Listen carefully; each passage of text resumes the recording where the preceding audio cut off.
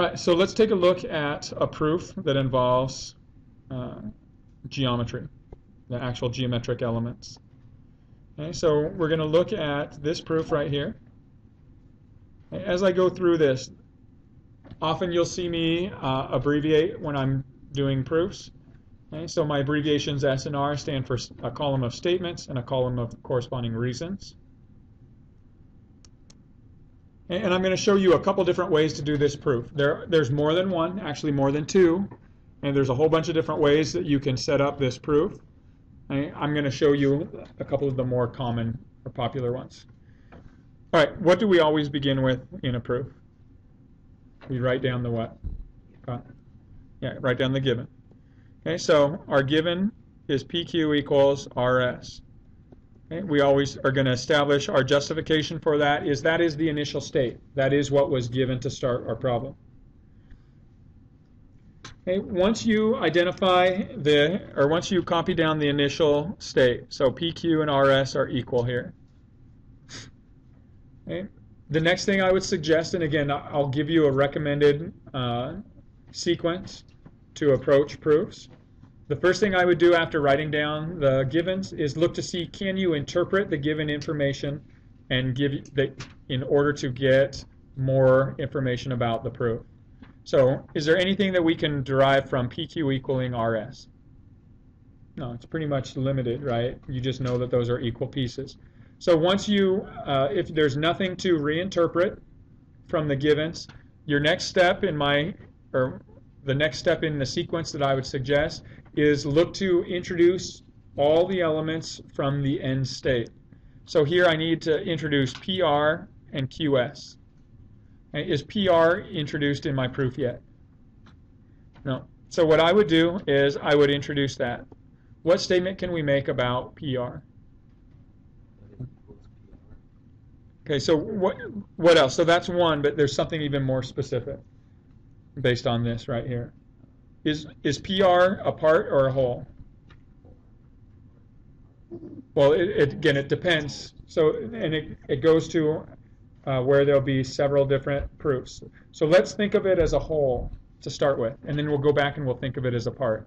If we think of this as a whole, PR is equal to the sum of what two parts?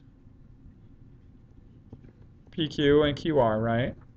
Okay, so if we think of that, that's an example of segment addition postulate. So we've introduced PR. So we have another end state element that we need to introduce, QS.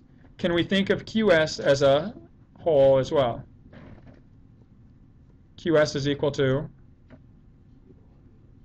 QR plus RS. Okay, so if I put RS plus QR, now notice I have a choice. I can write things in either order here. The reason I chose this is it nearly mimics this form up above, right? Something plus QR. So if I write it in that same form, it's just a little more consistent.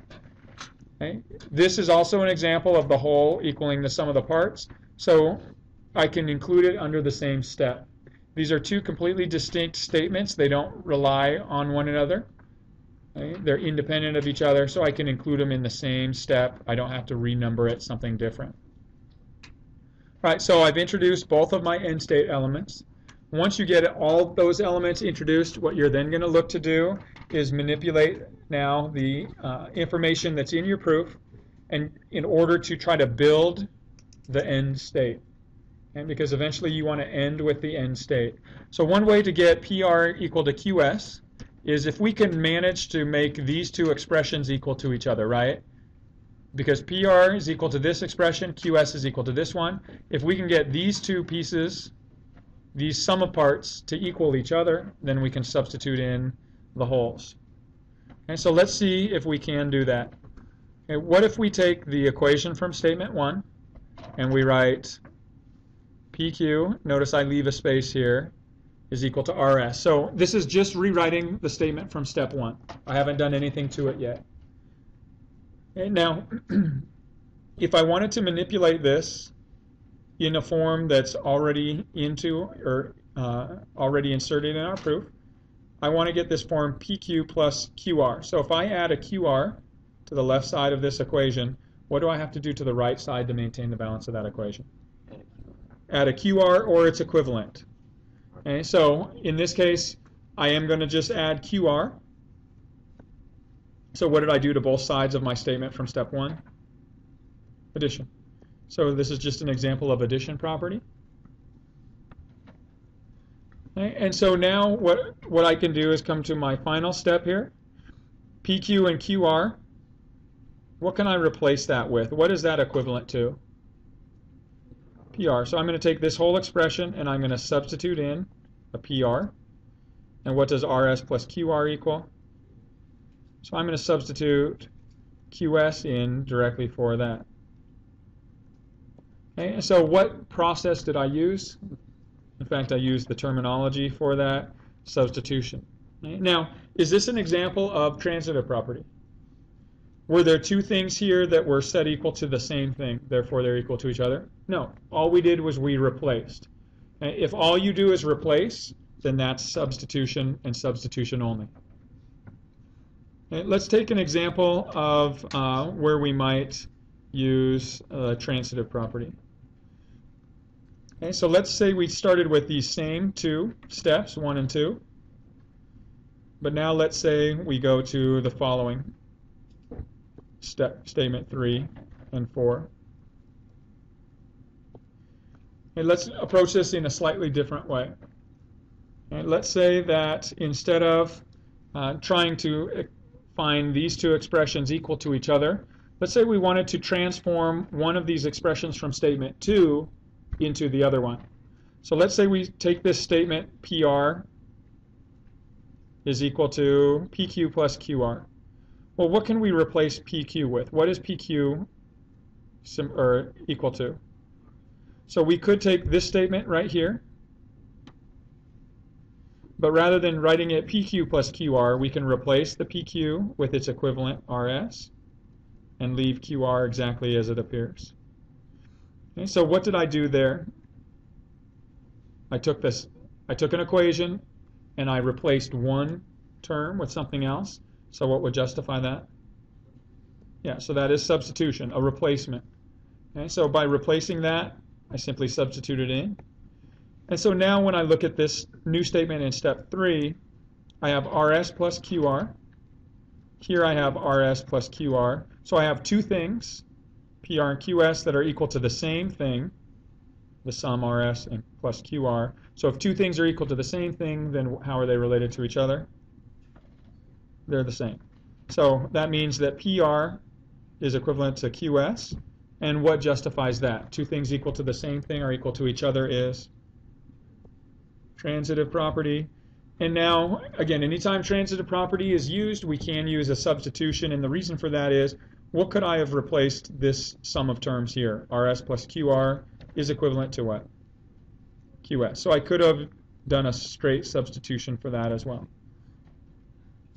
Okay. All right, let's take a look at one other case because it kind of came up here and I haven't talked about it in my other classes.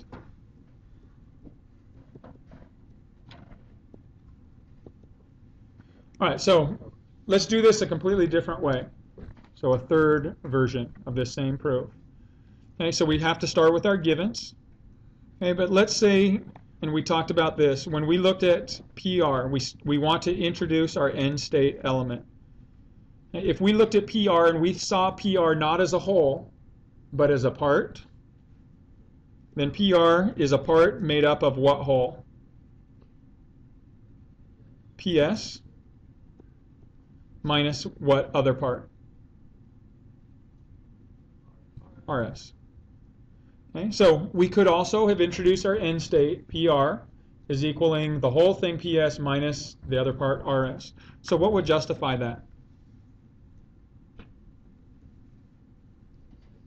Even though there's no plus in the equation, it's still a model of segment addition.